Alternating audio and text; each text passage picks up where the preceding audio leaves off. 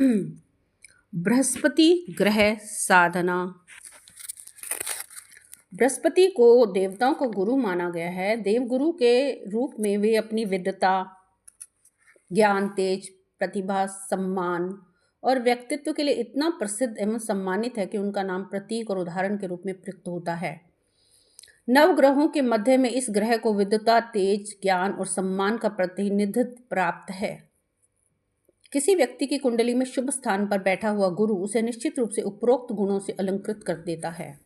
लेकिन अगर किसी व्यक्ति की कुंडली में गुरु प्रतिकूल स्थिति में विद्यमान हो तो ऐसा व्यक्ति मूर्ख, तिरस्कृत, कुटुंब विरोधी, दरिद्र, संशयग्रस्त रहता है। वायु रोग, प्लीहा, फोड़ा, फुंसी, मोटापा आदि रोग हो जाते हैं। उन्हें सामान्य बनाने के लिए बृहस्पति ग्रह साधना करनी पड़ती है। मंत्र है ओम ग्राम ग्रीम ग्रोम सह गुरुवे नमः या फिर ओम एम क्लीम बृहस्पतये नमः। अस्य बृहस्पति मंत्रस्य ब्रह्मा ऋषि अनुष्टुप छंदः सुराचार्यो देवता ब्रह्म बीजम ममाभीष्ट सिद्ध्यर्थे जपे विनियोगः रत्नाष्टाकपद वस्त्र राशिमलम दक्षात्किरीटं करः दासीनं विपणोकरं निदधतं रत्नादिराशौ परम पीतालेपं पुष्पवस्त्र मरीवला अलंकार संभूषितम् विद्यासागर पारगम सुरगुरुम वंदे सुवर्ण प्रभम। साधना विधि है। सर्वप्रथम साधक को किसी ऐसे गुरुवार का चयन करना चाहिए जो निर्दोष, अशुभ योगों से युक्त, मुक्त और शुभ प्रभाव वाला हो। अगर कोई गुरु पुष्य योग वाले दिन का पता लग जाए तो वह दिन साधन अनुष्ठान के लिए सर्वश्रेष्ठ होता है। दिन का चयन हो जाने के पश्चात साधक को उस दिन प्रातःकाल बिस्तर छोड़ देना चाहिए। नित्य कर्म से निवृत्त होकर स्नानादि करके पीले वस्त्र धारण करने चाहिए। फिर किसी एकांत कमरे में गुरु की प्रतिमा को स्थापित करके ऊनी या पीले रेशमी आसन पर पूर्व या उत्तर की ओर मुख करके बैठना चाहिए। तत्पश्चात विनियोग करके ध्यान मंत्र का जाप एक बार करना चाहिए। उसके बाद धूप दीप दिखाकर क्षमा याचना करके मंत्र जाप शुरू करना चाहिए। इसकी सिद्धि के लिए 108 मंत्र का जाप प्रत्येक दिन करना आवश्यक है। इस मंत्र की सिद्धि के लिए साधक को 32,000 मंत्र का जाप करना पड़ता है। पूर्णाहुति गुरुवार को ही करनी चाहिए। पूर्णाहुति हो जाने पर हवन सामग्री द्वारा जप मंत्र पढ़ते हुए 108 आहुतियां देकर साधक को हवन करना चाहिए। हवन में पीपल की लकड़ी का प्रयोग करना चाहिए। हवन के उपरांत 5 ब्राह्मणों तथा कन्याओं को भोजन, वस्त्र और कुछ सिक्के दक्षिणा रूप में देना चाहिए। साधना काल में एकाहार, फल, दूध आदि लेकर ही रहना चाहिए और ब्रह्मचर्य, भूमि शयन, संयम, अडिग, आस्था का होना अनिवार्य माना गया है। साधना से लाभ बृहस्पति ग्रह साधना को साधक को ज्ञान, वैभव, सुख और सम्मान की प्राप्ति होती है। शुक्र ग्रह साधना। शुक्र एक श्रेष्ठ, सुखद, यशोवर्धक, उच्च मानसिकता प्रदान करने वाला ग्रह माना जाता है। किसी जातक को संपन्न विपन्न बनाने में शुक्र की भूमिका बहुत महत्वपूर्ण होती है। अनुकूल स्थिति वाला शुक्र भौतिक वैभव, विलास की जितनी उपलब्धि कराता है, विपरीत स्थिति में उसी तरह वंचित भी कर देता है। शुक्र के दोष युक्त होने पर प्रमेह, कर्ण रोग, वीर्य विकार, नपुंसकता व सेक्स संबंधी रोग हो जाते हैं। इन्हें सामान्य बनाने के लिए शुक्र मंत्र साधना करनी पड़ती है। ओम द्राम द्रीम द्रोम से शुक्राय नमः। ओम ह्रीम श्रीम शुक्राय नमः विनियोग। अस्य श्री शुक्र मंत्र से ब्रह्मा ऋषि विराट छंद दैत्य पूज्यो देवता ओम बीजम स्वाहा शक्ति ममाभीष्ट सिद्ध्यर्थे जपे विनियोग है। श्वेता भोज निषण भाषण तटे श्वेतांबरा लेपन नित्यम भक्त जनाय संप्रदत वासोमणि हंटाकम वामे नैव करेण दक्षिण करे व्याख्यान मुद्रांकितम शुक्रम दैव्यराचितम स्मितमुखे वंदे सितांग प्रभुम। शुक्र की उपासना के लिए शुक्रवार का दिन श्रेष्ठ होता है। यदि शुक्रवार का दिन हो और उस दिन पुष्य योग भी रहे तो यह अनुष्ठान के लिए सर्वोत्तम है। दिन का चयन हो जाने के पश्चात अनुष्ठान करने वाले दिन प्रातः ब्रह्म मुहूर्त में, जबकि शुक्र ग्रह आकाश में पूर्व दिशा की ओर उदित हो, तो साधक को स्नान करके श्वेत वस्त्र धारण करनी चाहिए। अनुष्ठान के लिए एकांत कमरे का चयन करना चाहिए। पूजा में प्रयुक्त होने वाली समस्त सामग्रियों को पहले ही एकत्रित कर लेना चाहिए। इसके लिए साधक को श्वेत पुष्प, श्वेत पदार्थ का नैवेद्य, श्रीखंड, चांदी का सिक्का, शुक्रदेव की प्रतिमा उपलब्ध न होने पर भोजपत्र पर श्वेत चंदन से शुक्र मंत्र लिखकर उसे प्रयोग में लाया जा सकता है इत्यादि की व्यवस्था कर लेनी चाहिए। सर्वप्रथम साधक को एकांत कमरे में काष्ठासन पर शुक्र की प्रतिमा या भोजपत्र पर लिखे मंत्र को स्थापित करना चाहिए। फिर देव प्रतिमा की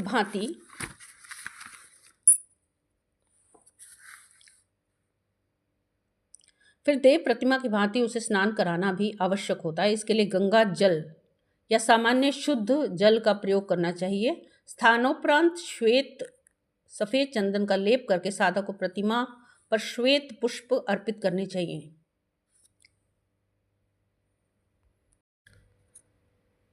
सर्वप्रथम साधक को एकांत कमरे में काष्ठासन पर शुक्र की प्रतिमा या भोजपत्र पर लिखे मंत्र को स्थापित करना चाहिए। फिर देव प्रतिमा की भांति उसे स्नान कराना भी आवश्यक होता है। इसके लिए गंगा जल व सामान्य शुद्ध जल का प्रयोग करना चाहिए। स्थानोपरांत सफेद चंदन का लेप करके साधक को प्रतिमा पर श्वेत पुष्प अर्पित करने चाहिए। चंदन पुष्प के बाद धूप दीप अर्पित करनी चाहिए। तत्पश्चात नैवेद्य अर्पित करके चांदी का सिक्का या चांदी का टुकड़ा प्रतिमा पर चढ़ाना चाहिए। इस समस्त प्रक्रिया में मौन भाव से शुक्र देवता का मंत्र जपते रहना चाहिए। इसके बाद संकल्प करना चाहिए। साधना को निर्विघ्न रूप से सफल बनाने के लिए शुक्र देव से क्षमा याचना करनी चाहिए। अब सबसे पहले विनियोग करके ध्यान जप का मंत्र जाप करें। उसके बाद मंत्र जाप का अनुष्ठान करना चाहिए। साधक को प्रत्येक दिन 108 मंत्र का जाप करना अनिवार्य है। इस मंत्र की सिद्धि के लिए साधक को 18,000 मंत्र का जाप करना पड़ता है। इसकी पूर्णाहुति भी शुक्रवार को ही की जानी चाहिए। निश्चित मंत्र की जप संख्या पूरी करने के बाद कम से कम 108 आहुतियों का हवन करना चाहिए। हवन में भी जप मंत्र का ही प्रयोग करना चाहिए। हवन की सामान्य वस्तुओं के लिए गूलर की लकड़ी का प्रयोग करना चाहिए। हवन के बाद सामर्थ्य अनुसार 5-6 बालकों को श्वेत मिष्ठान का भोजन कराकर उन्हें दक्षिणा भी देनी चाहिए। साधना के लाभ। इस मंत्र की सिद्धि कर लेने के बाद साधक को राजसिक गुणों जैसे कला, शिल्प, वेश विन्यास, साहित्य, संगीत, सभा, गोष्ठी, वैभव, विलास, प्रणय, सम्मान, पुरुषार्थ, ख्याति और बौद्धिक संचेतना प्राप्त होती है। शनि ग्रह साधना। शनि की गणना नवग्रहों में क्रूरता, दुर्गम प्रभाव, तामसिक वृत्ति, मंदतम गति के रूप में की जाती है। इसकी मंद गति के कारण ही इसे शनैश्चर कहा जाता है। व्यक्ति की कुंडली में यह शुभ योग कारक ग्रह के रूप में कदाचित ही आता है, अन्यथा यह सदैव दुख, दारिद्र्य और आपदाओं को ही निमंत्रण देता रहता है। इसकी गणना पाप ग्रहों में होती। शनि के अशुभ होने से व्यक्ति निर्धन, आलसी, दुखी, कम शिक्षित, व्यापार में हानि, नशीले पदार्थों का सेवन करने वाला, निराशावादी, उदासीन, अधर्मी और मुकदमों व चुनावों में पराजित आदि होता है।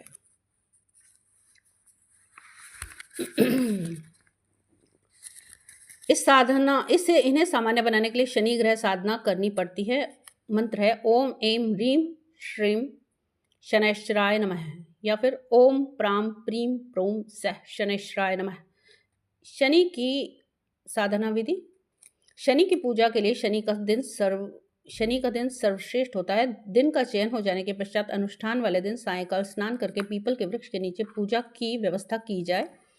साधक को नीले वस्त्र या काले वस्त्र स्नान के बाद धारण करने चाहिए। उसके बाद शनि की प्रतिमा तथा लोहे के पत्रे पर शनि का कोई मंत्र लिखकर पीपल के जड़ के पास स्वच्छ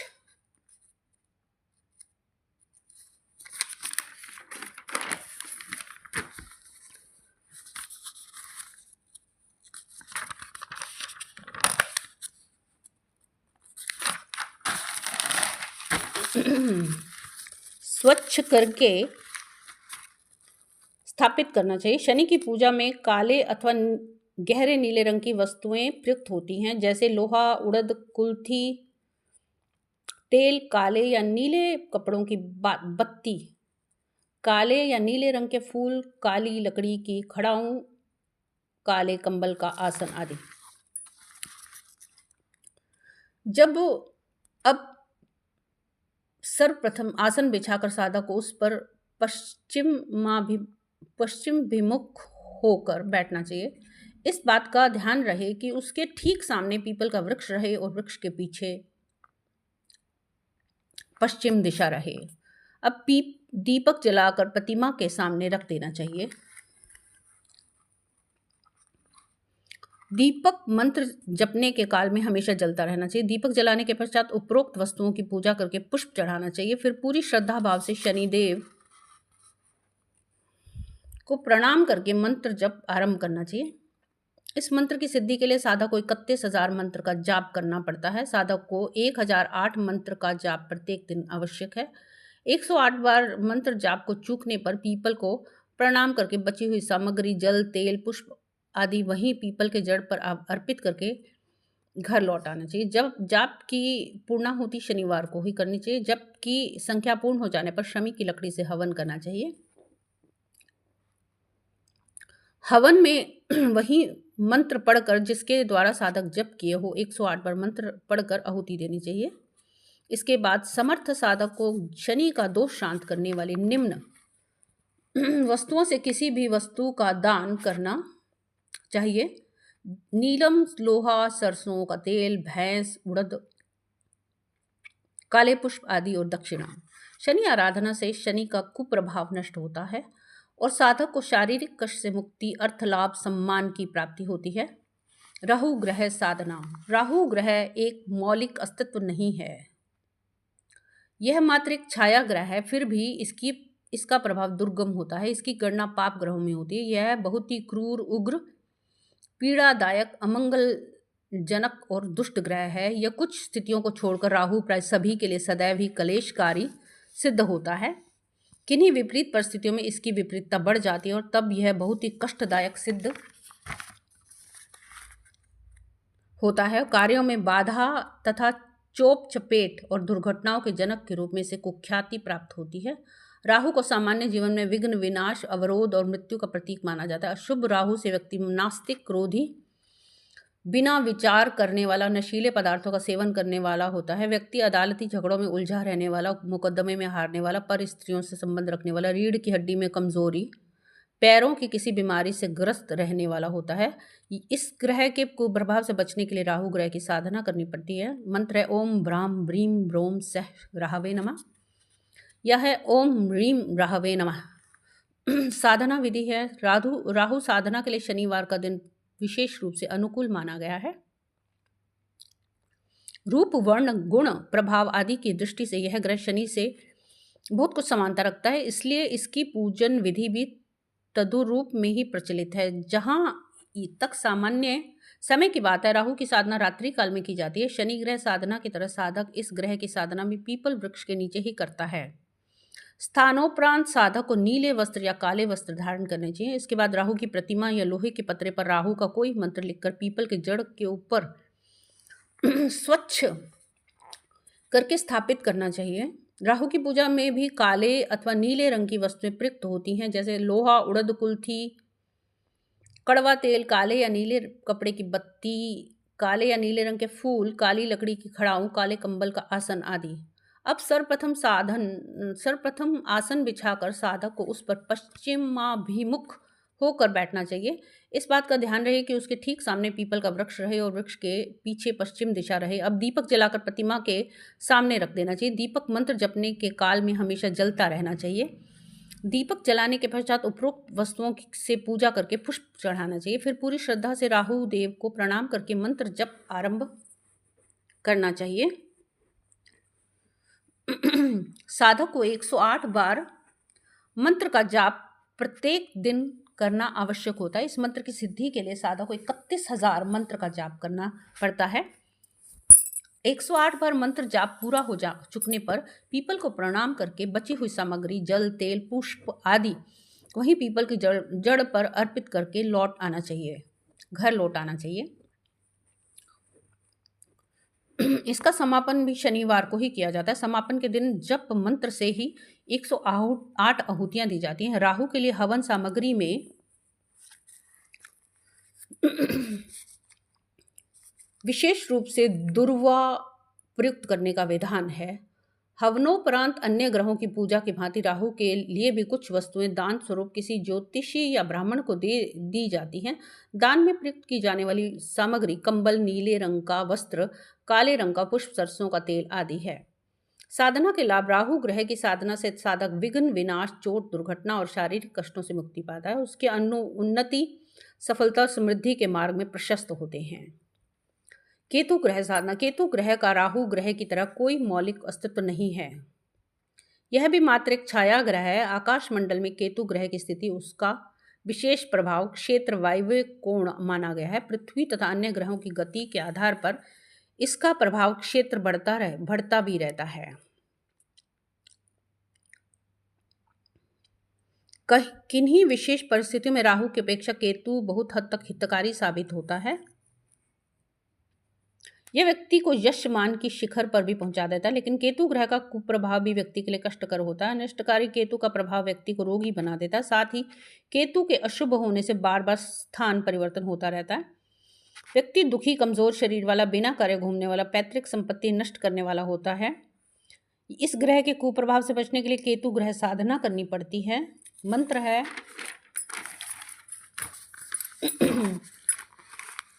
ओम ह्रीम केतवे नमः। यह है ओम श्राम श्राम श्रोम सह केतवे नमः।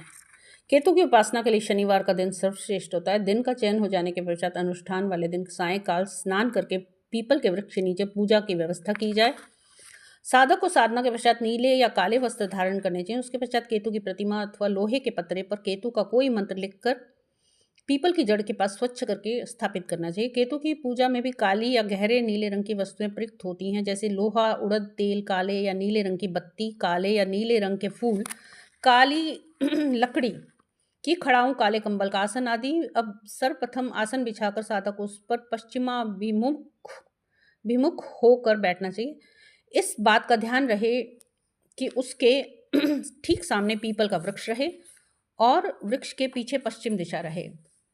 फिर दीपक जलाकर प्रार्थना आरंभ करनी चाहिए। मंत्र जपने के काल में दीपक जलता रहना चाहिए। साधना प्रारंभ करने के लिए आस्था और विश्वास आवश्यक है। साधक को 108 मंत्र का जाप प्रत्येक दिन आवश्यक होता है, प्रत्येक दिन करना आवश्यक होता है। इस मंत्र की सिद्धि के लिए साधक को 31,000 मंत्र का जाप करना पड़ता है। जाप की पूर्णाहुति शनिवार के दिन ही करनी चाहिए, जबकि संख्या पूर्ण हो जाने पर दूर्वा और शमी की लकड़ी से हवन करना चाहिए। हवन में वही मंत्र पढ़कर जिसके द्वारा साधक ने जप किया है 108 बार आहुति देनी चाहिए। इसके बाद समर्थ साधक को केतु के दोष शांत करने के वाले निम्न वस्तुओं का दान करना चाहिए: लोहा, सरसों का तेल, उड़द की दाल आदि।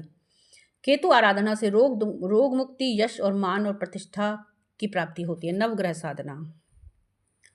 यदि किसी व्यक्ति की जन्म कुंडली में कोई ग्रह भयंकर रूप से अशुभ स्थान पर विराजमान है तब वह उस स्थिति में उस व्यक्ति के लिए उसके दुष्प्रभाव से मुक्त होने के लिए उसी ग्रह की साधना और जप करना पड़ता है। लेकिन यदि ऐसा नहीं है तो नवग्रह के लिए सम्मिलित दुष्प्रभाव से मुक्ति के लिए निम्न मंत्र का जाप कर सिद्ध कर लेने से भी ग्रहों की अशुभ प्रभाव से बचा जा सकता है। ग्रहों के प्रभाव को शुभ बनाने के लिए नवग्रह उपासना करनी पड़ती है। मंत्र है ब्रह्मा मुरारी त्रिपुरांतकारी भानु शशि भूमि सुतो बुधश्च गुरुश्च शुक्र शनि राहु केतवा सर्वे ग्रहा शांति करा भवन्तु।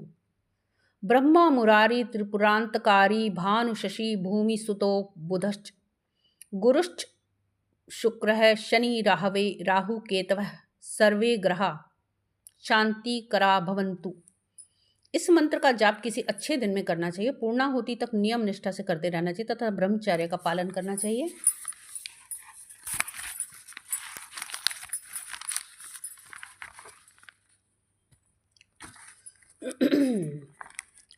इस मंत्र का जाप प्रत्येक दिन स्नान आदि के बाद किसी एकांत कमरे में बैठकर करना चाहिए। इसकी सिद्धि के लिए प्रत्येक दिन 108 मंत्र का जाप करना चाहिए। इस मंत्र की सिद्धि के लिए साधक को 29,000 मंत्र का जप करना पड़ता है।